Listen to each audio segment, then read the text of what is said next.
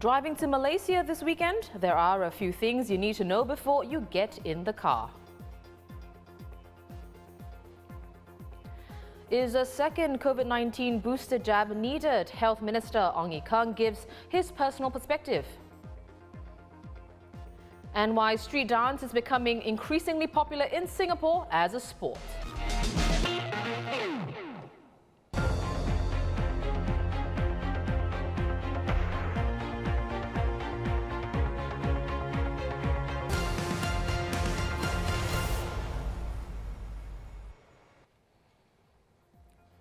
Hello, you're watching The Big Story with me, Olivia Quay. Subscribe to the Straits Times channel so you never miss a single episode. After just over 2 years of near empty lanes at the land crossings between Singapore and Malaysia, from Friday, fully vaccinated travellers will be able to drive between the two neighbours without testing or quarantine. Mostly buses and trucks for now at the causeway, but when 12 midnight strikes on April the 1st, cars will join the potentially bumper-to-bumper traffic. If you're planning to drive into Johor Bahru, do remember that Singapore registered vehicles will not have to pay the 20 ringgit toll charges for 7 days starting from Friday. How else can you best prepare for your drive into and from Johor Bahru? Senior transport correspondent Lee Nian Tjoe is here with some tips. Nian Tjoe, what are the most important things to note or documents to bring before making the trip to JB? Hi, Olivia. I think it's been a while since any of us have driven our own cars or rode our bikes into Malaysia. So some things are familiar, maybe you forget, and some things are new. I think crucially is that in this new normal, where in terms of our travel, you actually need to be downloading a couple of apps that you need for mainly for your travel declaration. Crucially, I think at least when I was researching for the story, you don't have to use the white card anymore, and now it's actually all done online from ICA, as well as there's the equivalent that you need from Malaysia. So the two apps are important, and there's actually a little bit of a lead time in terms of applying for approvals, so that when you're actually on site, when you're crossing the customs and entering Malaysia, you have these proof of submission. In addition, of course, for your cars or for your bike, you must have a printed version of your insurance cover as well as a valid road tax, because it will be a really awful thing if for all the trouble and then you get called out, and you can have repercussions when it comes to leaving Malaysia as well. Right. Well, as you said, it has been a while. It's been 2 years since we've been allowed to make this drive to JB. So if one of our viewers needs a refresher on driving into Malaysia, Nian Tjoe, are there any changes to either the Woodlands or Tuas checkpoints or the area around them? I think this is a bit of a mystery for now, because even if based on before April 1st, the reopening, from our experience, we know that the authorities will put in traffic management measures. So one thing is, I think just you need to give yourself a bit of time when it comes to traveling, especially when it's driving up into Malaysia, will be to be reactive to any of these changes. I don't think in the crucial points of where you tap your cash card, where you tap your touch and go card, that is not going to change very much. But I think along the way, there might be changes in terms of more like if there's a cone here, there's an extra officer there, just to make sure that you have the correct declaration in place, for example. Well, perhaps this is also useful to know. What do Malaysian drivers coming in from JB to Singapore need to prepare? For Malaysia coming to Singapore, currently they're supposed to be, of course, also applying for what is called a VEP. And this actually has to be done 2 weeks in advance of actually reaching the customs. So in other words, if you think about it, is that they can't actually just pack their bags and leave on the 1st of April, because the relevant websites have also been undergoing upgrading as we speak, and they're actually only ready on the 31st of March. So that's one, which is your VEP. In addition, you also need to do your declaration for vaccination status, which is done on the ICA's website. And the white card I was talking about is called the SG Arrival Card, which is available also as an app. So you need these three are your key items that you need on top of your personal travel documents. Very helpful. Many thanks to Senior Transport Correspondent Lee Nian Tjoe. The Straits Times has a team heading to JB on Friday to give you a first-hand look on how everything goes on the first day of the land crossings reopening between Singapore and Malaysia. So do look out for that. Changi Airport also preparing to welcome international travellers from Friday, when those vaccinated will be able to enter quarantine-free. And to meet this increase, according to Transport Minister Iswaran, the air transport sector is ramping up recruitment, with the number of workers currently at about 2/3 to 3/4 of the pre-pandemic level. He also says Terminal 2 will reopen in phases in the course of this year. Meanwhile, Health Minister Ong Ye Kung says he guarantees COVID-19 cases will rise next week due to the relaxing of measures this week. Speaking to 1FM 91.3's The Big Show this morning, Mr. Ong also discussed if second booster shots will be needed to keep the virus at bay and whether nightlife establishments shut since March 2020 will be permitted to reopen. Right now, we are in a comfortable situation. We just ease up. Yeah. Who knows? Next week, something else might happen. Yeah. I guarantee cases will go up. Right. Yeah. Because just more people are gathering. Yeah. And that will drive up cases. But what we are keeping our fingers crossed is that with all of us, many of us well vaccinated, you're not going to get serious illness or very few serious illness. Right. Yeah. We're easing up, yes. And I've heard this because people go, you work on radio. Here's the question you've got to ask, Minister. Are we ever going to get into a second booster shot? Scientists are debating about it. I think, my personal view, depends a lot on which variant is coming up. If you go in the direction of Omicron, which is more transmissible but not as severe, maybe not. But if you get a nasty variant back to like Delta, maybe yes. Maybe yes. Yeah, so I think it depends a lot. This is just a road that's not straight. We just have to keep on watching. Oh. What about things like nightclubs and all that? When can we expect that? Nightclubs? Discotheques, clubs. Dance floor, clubs, dancing kind of thing. yeah, clubs. We discussed this at the MTF, and I used the word, Lawrence and I both used the word discos. And our younger colleagues say, Minister, Clubs. don't use discos. It shows you are quite old. So, the short answer, we are discussing with them. Okay. Because if you look at our rules, if you apply the rules to a nightclub, it doesn't work now.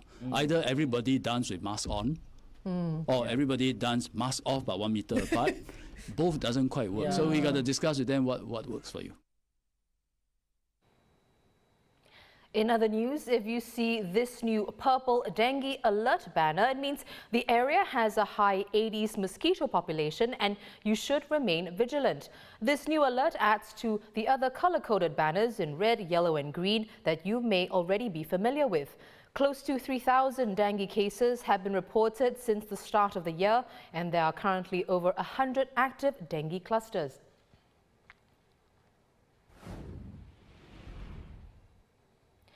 In the latest episode of ST's investigative series, the team speaks to 3 Chinese Singaporeans who call themselves fans of China at a time of heightened tensions between the Asian superpower and the US.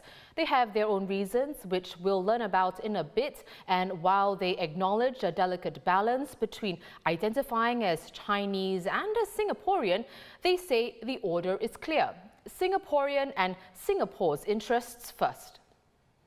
I would say there's a spectrum, okay, between the 100% pro-China to the 100% anti-China. I would say I'm probably somewhere at the 70, okay, maybe even 80. Towards China, obviously. Towards China. But at the same time, I always say first thing, I'm Singaporean. Although I'm pro-China, okay, I take it from the point of view of somebody who's looking from the outside. I'm always an outsider. The best they treat me is yuan qing, a relative, but not a close relative. Do you identify more as Chinese or as Singaporean? I think it's always a very delicate balance, whether I position myself as a Singaporean or a Chinese, but I would always acknowledge myself as a Singaporean first. Let's find out more about this group of Singaporeans from the reporters who helmed this project: political correspondent Justin Ong and senior producer Sean Lee Miller.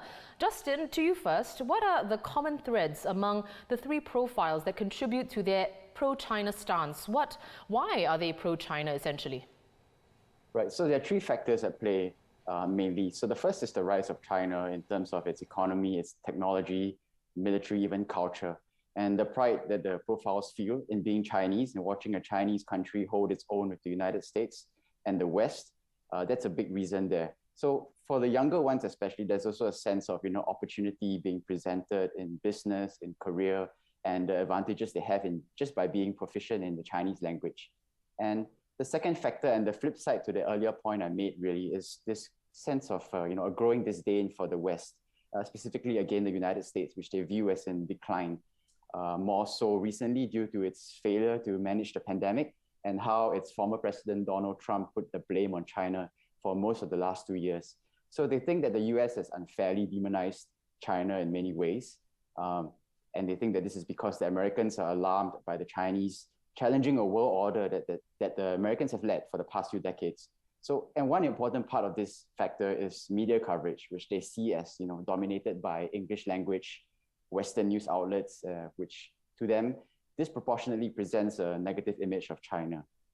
And the third element, or the third factor here, is something that's a bit more personal and has to do with a desire to connect with ancestry, finding a sense of belonging through their ethnic identity. To give you an example, one of the profiles, Rodney, the oldest one, he actually can't read or write Chinese. He says it's his biggest regret. It makes him feel inadequate. So what he's done to try and fill that void is to trace his heritage to his grandfather who came from China. So as you can tell, across all three factors, there's often a conflation of race and nationality. So meaning, are they pro-China or are they pro-Chinese? And for some of these individuals, it's become a difficult distinction for them to make.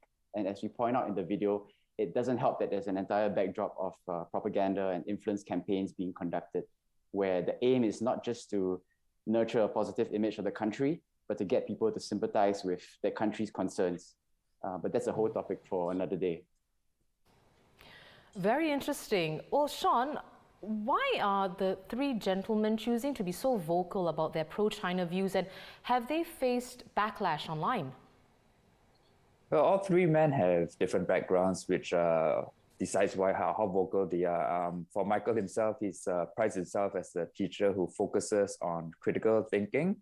And because of that, he's very active on Quora, and through his Quora posts and the different posts that he sees on Quora, he feels the need to come out to China's defense based on what he sees as like a lot of pro-US, anti-China threats on the platform. For Rodney, he used to be pro-US, but as Justin said, that's what he saw over the years through different social media outlets, through different news outlets, through going to China and the US as a tourist himself. He saw what he would classify as the downfall of the US and the rise of China. And being quite active on different social media platforms, he feels the need to come to China's defense, so to speak, whenever he reads or hears people expressing very pro-US views. For Ming Hui, he is the youngest of the lot, and he's been immersed in the China culture from a young age, and even to this day, he's married to a woman from China, and they do watch a lot of Chinese entertainment. So for him, he's not as vocal as the other two, but he was forthcoming in the video and also to show the different side and the younger side of how they are viewing the different technology and the different platforms coming out from China in a positive way. The backlash that they face is quite expected, and perhaps many of us in our social circles would have experienced that as well, through friends who express certain pro-China views or pro-US views, and that debate and the banter as a result from that. But not so much from the video that we produced. In fact, that they did feel that they got a lot of positive feedback from the video itself. So the backlash is typically on the different platforms where people tend to be a bit more vocal, such as Quora and Facebook. And amongst their own circle of friends, once in a while they would get into heated debates, but they try to avoid too many arguments as much as possible. Well, thank you to both Sean and Justin for sharing more on this project. My colleagues, political correspondent Justin Ong and senior producer Sean Lee Miller. You can watch the full close-up episode on our YouTube channel.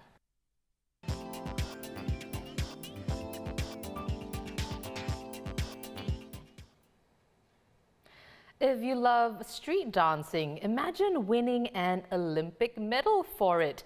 Yes, that's right. Breakdancing will become an official event at the 2024 Games in Paris. And here in Singapore, it's becoming increasingly popular.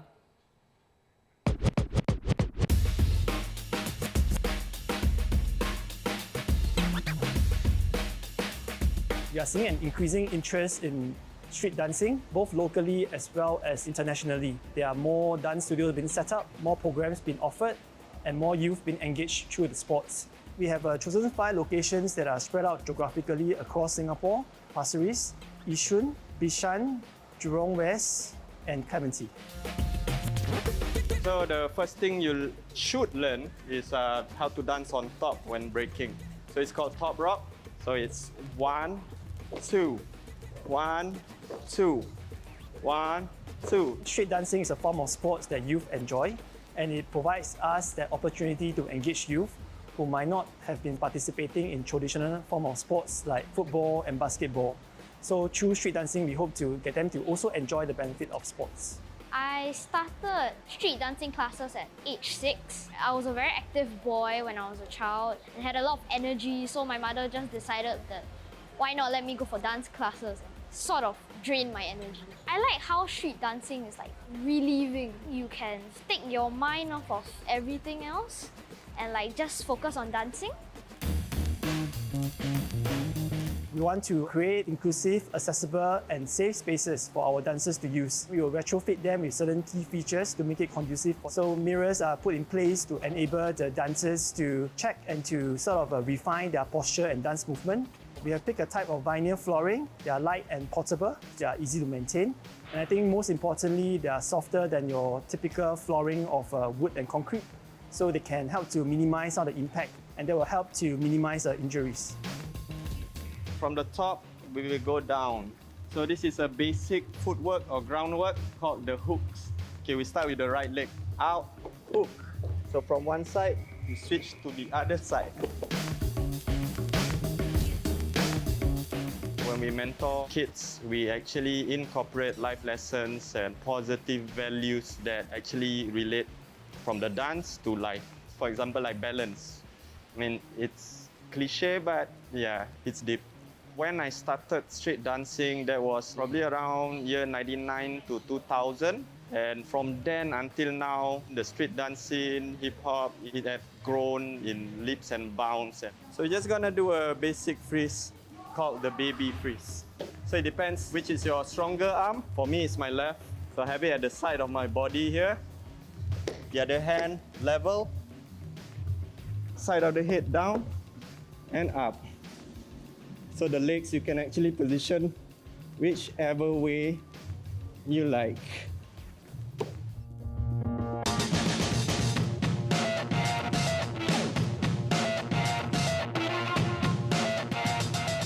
Bringing the dancers into our sports center, I think we hope to increase the vibrancy as well as the overall vibes in our sports center and to help to build a community of active users of the centers.